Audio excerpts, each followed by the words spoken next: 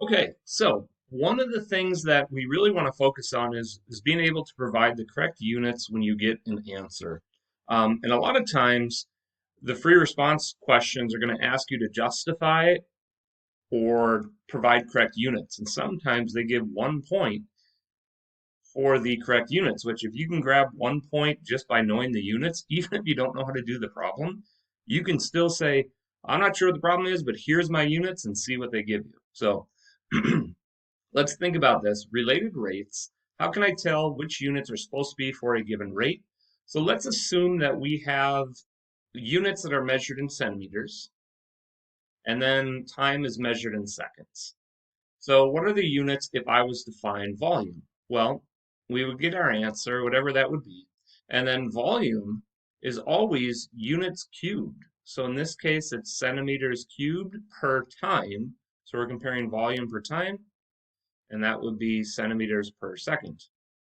If it was just the radius, if the rate was the change in the radius over the change in time, we would have our answer. And then radius is just regular units, so that would be centimeters per second. And you notice every one is dt, so they're always going to be given per your unit of time. Surface area, right? So if I'm doing surface area, I get my answer. We'd have centimeters squared per second. And then area, same thing, surface area and area, kind of roughly same idea, units squared per second. And then the tricky one is what if I was finding an angle? Now, when this would be like the balloon problem that we did. If we had an angle, it's the change in theta, or theta is measured in radians. So we don't really need to know what the lengths are. That's going to be radians per second. So hopefully you're feeling mostly confident that you can identify the units based off of the rate that they were asking you to find.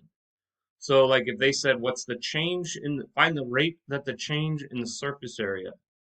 Well, the rate of change of the surface area would be centimeters squared per second because it's area.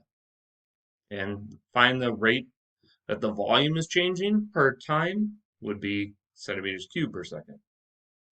All right, so we're going to do an activity today that has us go into breakout rooms. And what I would like you to do is if you would like to be in a breakout room with specific people today, I'm going to actually have you, I'll send a link to this, but I just want you to fill in your name. So, if there's somebody that you want to work with, I'd like you to all put your name in breakout room 1.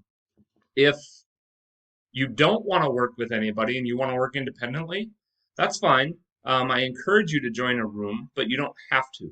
And then what I'm going to do is just assign the room for you guys to go in. Now, I do want to I'll just show you this. Once you sign up for your room, it's going to take me a minute or two to get the people in the correct rooms.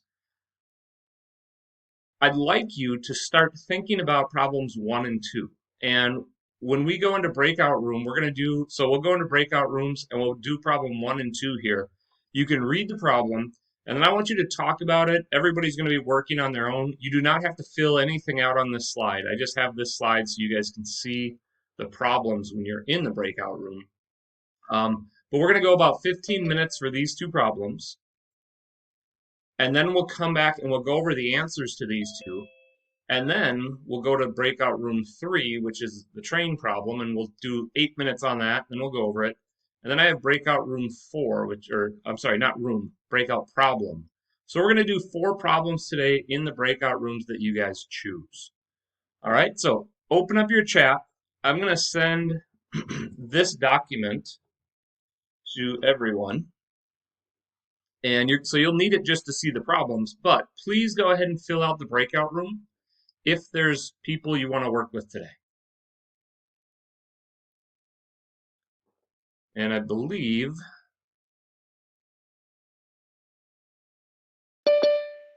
okay, so here it is. If you don't want to officially join in a breakout room, go ahead and work on these problems, and we'll come back in 15 minutes. Go through it as quick as I can. I wanted to get it set up before we started, but it is what it is. So let's go over this quickly. And here's what I'm going to do. I know I have a ladder. because it's the hypotenuse, I'm going to call that C. It really doesn't matter what I call it. But the ladder is slipping down the house. The bottom of the ladder is slipping away at a rate of 3 feet per second. So if I call this A, it doesn't matter again that I call it A or B, but I'm going to call it A. But I know it's slipping away, and the rate is growing because we're going out from the bottom. So the length is growing, which means it's a positive rate. And then we got to find the rate at which the ladder is slipping down. So if I call this side B, I have to find dB dt. And they're telling us to find the rate at which the ladder is slipping down when the ladder is 7 feet away from the house. So I have everything I need except for one extra piece. Well, actually, I take that back too. I don't know what B is, and I don't know what dC dt is. So I know that the ladder will always be 30 feet. So it's a constant rate of 0 feet per second. And that's sometimes the hardest thing about a problem like this is just to look at the unknown, right? Or the fact that it doesn't state in here at all. But we know that it's a 30-foot ladder and that ladder is not changing. And whoa, apparently I cannot spell the word ladder. We got to change that. There we go. Um, So now I have to find B. Well, how do we find B? B is just the Pythagorean theorem, right? So I would actually not even show this work, but what do I know? I know that C squared equals, oops, actually we know what C is. So I know 30 squared equals B squared plus 7 squared. And then I would use my calculator to find the rest of this. And I would leave the answer as the square root. So if I just do 30 squared minus 7 squared, I get the square root of 851. All right. Now, how do I know that I need all those rates? What's the equation that we need? It's the Pythagorean theorem. So that's the equation that relates all the side lengths together. And then what we need to do is we need to find the rates. So the only way the rates are going to appear is if I differentiate. So if I take the derivative of all the pieces, 2 comes down, I get 2c dc dt. The a become, or the 2a squared becomes 2a dA dt. And then for b squared, we get 2b dB dt. And notice, each A, B, and C is the side length, and then the rates are the items that were given, and we're looking to find dB dt. So we're going to plug in, the ladder has a length of 30, its rate is 0. And that, if you got stuck, a lot of times that's where students got stuck. And then we know that A is 7, the rate of A is 3 feet per second. We found B as the square root of 851. You could do a decimal, but if you do, I would recommend using the full decimal because we don't want to round until the final answer. And then it's just algebra. So notice the rate of dc over dt, well, that's 0, which makes this whole side 0. And then I get 42 by multiplying all these together. So if I subtract 42 over to the other side,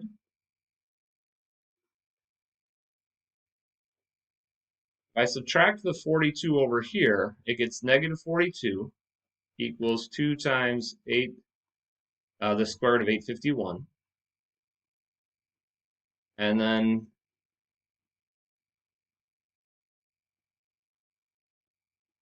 dB dt is equal to whatever this turns out to be in our calculator.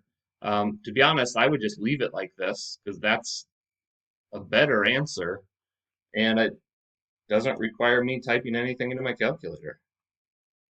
But it's important for us to just see what this answer means too. So if I took 42 divided by 2 times the square root of 851, make sure you put that in parentheses if you're doing this in your calculator. You should get a negative 0.7 199, or you could say negative 0.720 if we round it to 3 decimals. And then the question is what are the units? Right? This is a length. We're looking at the length, and it is going down, and it was in feet per second. Okay, so hopefully you're looking at this and saying, okay, it's negative. That's a good sign, right? Negative means that the ladder is slipping down. If I got a positive rate, I made an error somewhere because this distance isn't growing. The distance going down the house is shrinking. All right, now part two is the same question, except for now they're asking you to figure out what is the rate at which the angle between the house and the ladder. So I switched things up with this, and I hopefully didn't trick you too much, but if I want to find theta, the angle here between the house and the ladder, it's not the angle formed with the ground. So you do have to read very carefully. So find the rate at which the angle is between the house and the ladder. And what do we know? Well, we know that A is 7 feet. We know all the information from above, and we may have to use the answer that we got from part B. It depends on what route we take. So here's what I notice. 7 and 30 are given, and those are the opposite because we're going across from the angle and the hypotenuse. So I could use the sine feature. Sine is opposite over hypotenuse. But if I'm going to set this up, it's sine of A over the hypotenuse. And the only reason why I can plug 30 in here is because 30 is a constant. Okay, now I will say you can technically use any trig function you want because we do know all three side lengths. So it doesn't matter to me, but I wanted to pick one where I use the 30 because the 30 is the constant. All right, so here's the equation. And you'll notice the process is the same, right? Once you find the equation, we're going to take the derivative to get the rates. So the derivative of sine is cosine of theta, but then we're using the chain rule, and I got to take the derivative of theta with respect to time. And then remember, this is the same as 1 over 30. So we're just going to leave that as a constant. And then a is up top, so we'll take the derivative of a with respect to time, or dA dt. Okay, now the question is, what is dA dt? Well, they gave that to us in the directions. And then what is cosine of theta? Well, cosine of theta is the adjacent over the hypotenuse. So this is where you have to realize that the missing side length was the square root of 851, and that is the adjacent side to this angle. So we're going to replace the cosine of theta with adjacent over hypotenuse.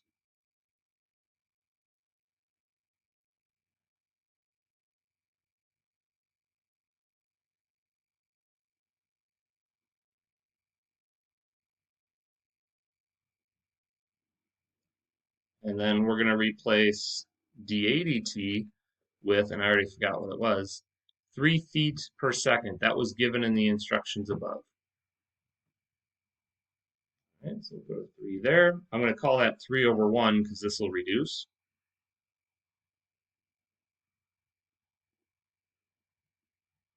And then if I have 3 over 30, that's going to reduce down to 1/10. The 3's reduce out.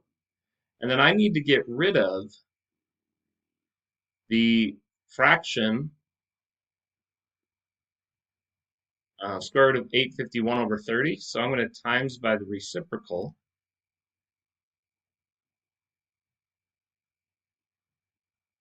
And that will give me my final answer. And then, to be honest, I grab my calculator at this point, And just make sure you put parentheses around any fractions that you use.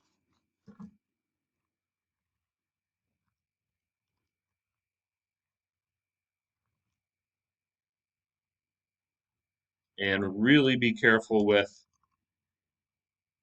your, oh, I just screwed that up. Sorry. I didn't do the reciprocal.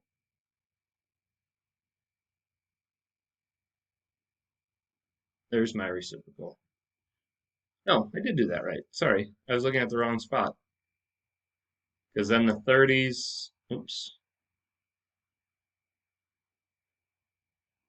30s reduce out, square root's 851 reduce out.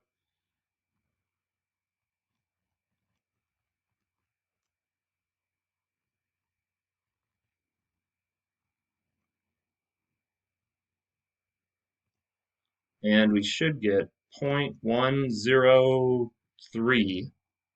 And then because our units are angle measures, it's radians per whatever the time was. And I got to check my rate. It was feet per second for the side length sliding down. So this would be radians per second.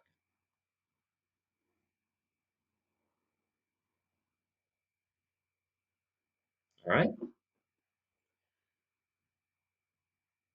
Okay, so those were the first two problems. The next problem we're going to do is the train problem, and we're going to go about 8 minutes on this.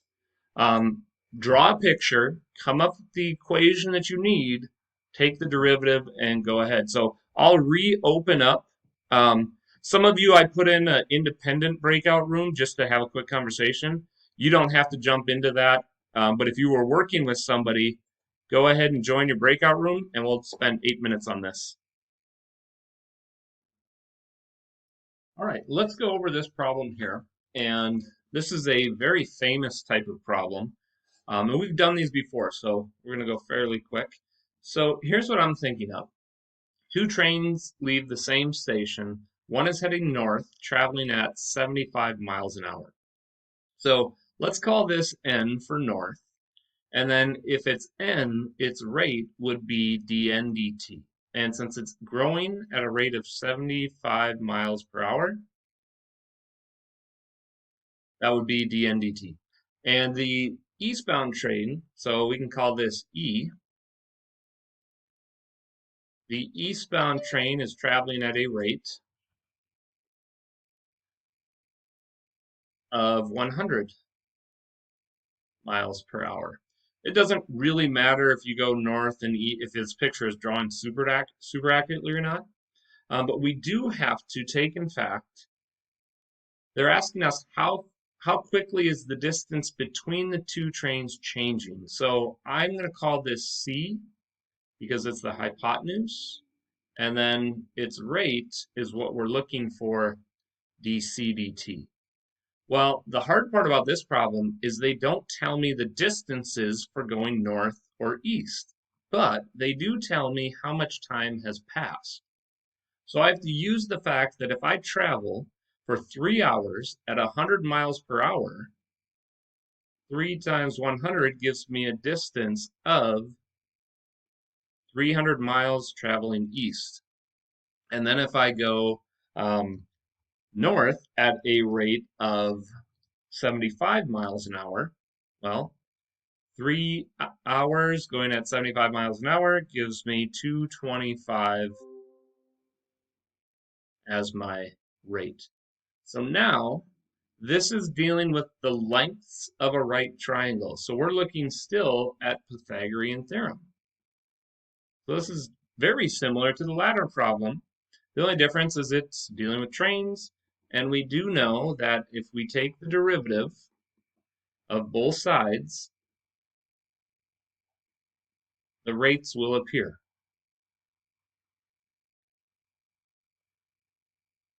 Right? And now we can use the fact that we know the rates for, oh, you know what? I'm going to change this. I used A and B. I called these N and E. So I want to make that consistent just so there's no confusion. So I called C the hypotenuse, and then let's call this N.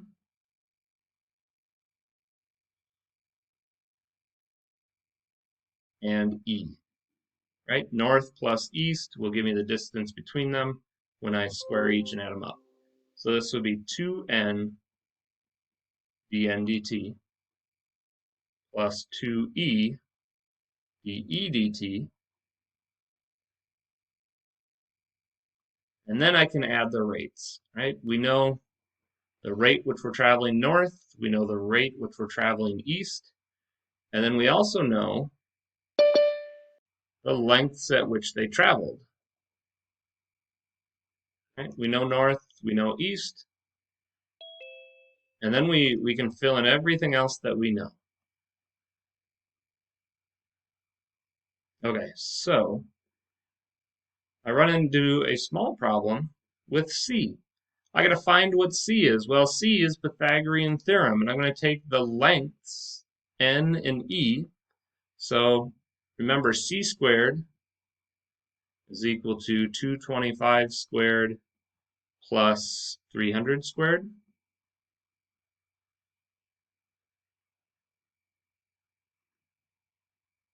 And we just got to work that one out.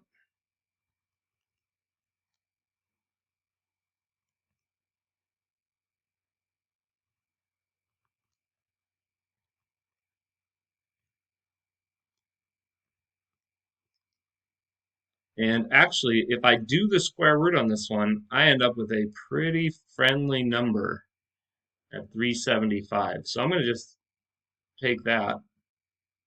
And then we're looking for the rate at which the distance between them are changing. So that's the rate that the hypotenuse is growing, dc dt. And then we know all the other pieces. We traveled north 225 miles at a rate of 75 miles per hour. We traveled east 300 miles at a rate of 100 miles per hour. And now it's just algebra. So I'm going to do this entire right side of my calculator.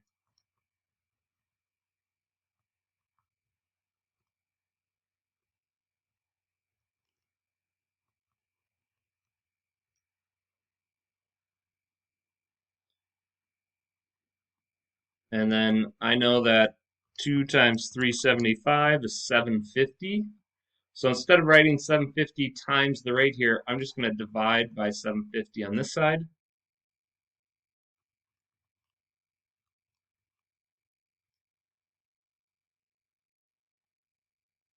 And we end up with 125. Now, again, think of the units. Our rates were at miles per hour, and this is still a rate. So it's just going to be miles per hour. All right, so nothing too crazy there. Okay, last problem, and I'm going to write this one out as you guys do it as well. So last problem, problem number 4, we'll go about 8 minutes, and then we'll come back and I'll have it all written out here. And this one, I'll just give you a hint. This is the similar triangle problem. So you might have to set up multiple pieces. Okay, so let's go over this one really quick. I actually preloaded it. So we have a lamppost that's 13 feet tall. Pat is 6 feet tall. And Pat is walking towards the lamppost at a constant rate. So that means the distance between them is shrinking. Now notice, if he's walking towards it, this distance, which I just put t, so that's walking towards, the t dt is negative 3.5 feet per second. And then we have to find the rate at which Pat's shadow is changing. So I got to find dx dt. I would recommend redrawing this as 2 separate triangles. All right, so what do we have? We've got the height, the lamppost height is 13. We got Pat's height is 6. So those are the heights of the 2 different triangles. And then we have the shadow length, which I called x. And then we've got the length of the shadow plus the length of the distance that Pat has yet to walk. So this distance is t plus x. Now, when you compare those, I decided to compare height to height, so 13 over 6 has to be in the same ratio as t plus x over x, so the length on the ground to the length of the shadow. And then I cross multiplied. All right, so when I cross multiply, I get 13x equals 6t plus 6x. And then I just moved the other x over here. So I get 7x equals 6t. And then that's when I want to take the derivative because that's where the rates will appear. And you'll notice that this 8 feet, the distance that Pat is away, doesn't really matter. So we actually don't even use that 8 in solving this problem because the rates take care of all the variables. So we get 7 dx dt equals 6 dt dt. And then we know the time at which Pat is walking towards the lamppost is shrinking at negative 3.5 feet per second. And then if I just do some algebra quick, I get negative 21 equals 7 dx dt. Divide by 7, and I get negative 3 feet per second. So that was just another type of problem. I tried to cover the more basic, I shouldn't say basic, the more classic problems. These are the ones that I've seen on AP tests quite often. So hopefully you'll get a nice review of those problems. I had some extra ones. We don't have time for these, which is fine. Here's what you got today, though. Your homework for tonight is to do a worksheet, and there's only 3 problems on it. So if you look on our week 6 folder in Monday, you've got the worksheet. You click on that worksheet. You don't have to print this out, but here are the 3 problems. It's a ladder problem. It's a problem with the balloon, and then it's one that has kind of 2 equations, volume and surface area. These answers are posted on our Schoology page, but I really want you to resist the urge to look at them unless you get stuck and you need help. All right? Let's see. Mathematically, it's negative 3, but since the shadow is getting bigger. Oh, interesting. Joel, good observation.